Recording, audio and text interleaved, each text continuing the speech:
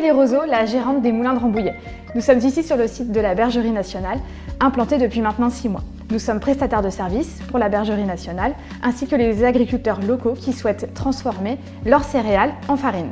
Nous proposons actuellement la farine de la Bergerie Nationale, qui est une farine de type T110 ou T150, farine semi-complète ou complète, destinée aux particuliers ainsi qu'aux grossistes ou boulangers.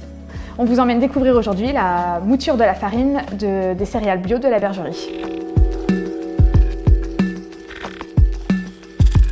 La première étape, c'est le remplissage des silos, donc à la fin des moissons, aux alentours de la mi-août, par la Bergerie Nationale. À l'intérieur, là, nous avons du blé qui est bio, ce sont les cultures biologiques de la Bergerie Nationale. Ça, c'est la première étape de nettoyage du grain. C'est nous qui avons choisi de faire cette étape. Elle n'est pas obligatoire, elle permet de retirer la poussière et les petites impuretés, les insectes qui peuvent encore se trouver dans les céréales.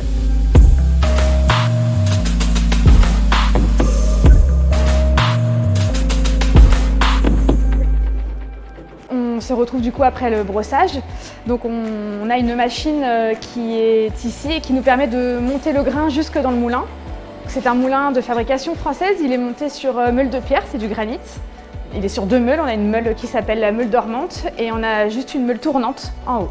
Le blé descend de la trémie, ne passe qu'une fois sous les meules pour ensuite suivre le circuit.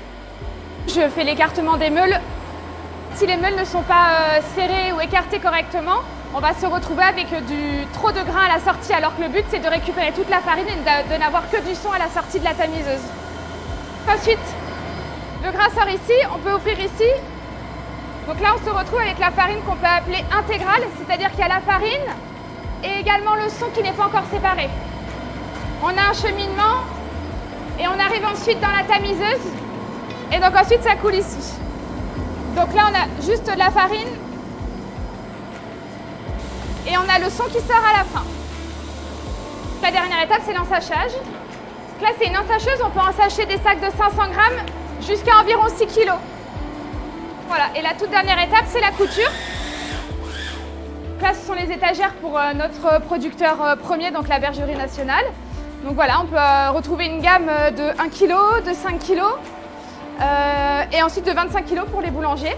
On produit pour la bergerie environ entre 40 et 45 tonnes de farine par an.